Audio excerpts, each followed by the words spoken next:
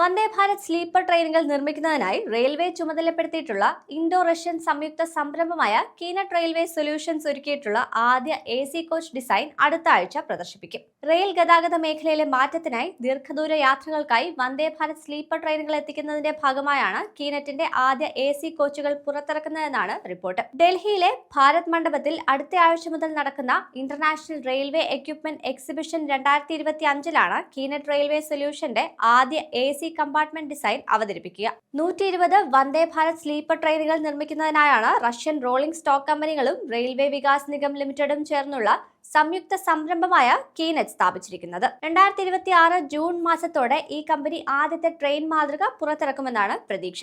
2 Vande Bharat sleeper ട്രെയിനുകൾ ഒരുമിച്ച് പുറത്തിറക്കാനാണ് railway തീരുമാനിച്ചിരിക്കുന്നത്. രണ്ടാമത്തെ ട്രെയിൻ സ്ഥിരം സർവീസായി പൂർണ്ണമായും ഒരുങ്ങിയതിനു ശേഷമായിരിക്കും ലോഞ്ച് നടത്തുകയെന്നാണ് പ്രതീക്ഷിക്കുന്നത്. ICS സാങ്കേതിക വിദ്യ ഉപയോഗിച്ച് BEML ആണ് ഈ ട്രെയിനുകൾ നിർമ്മിച്ചിരിക്കുന്നതെന്നാണ് റിപ്പോർട്ടുകൾ.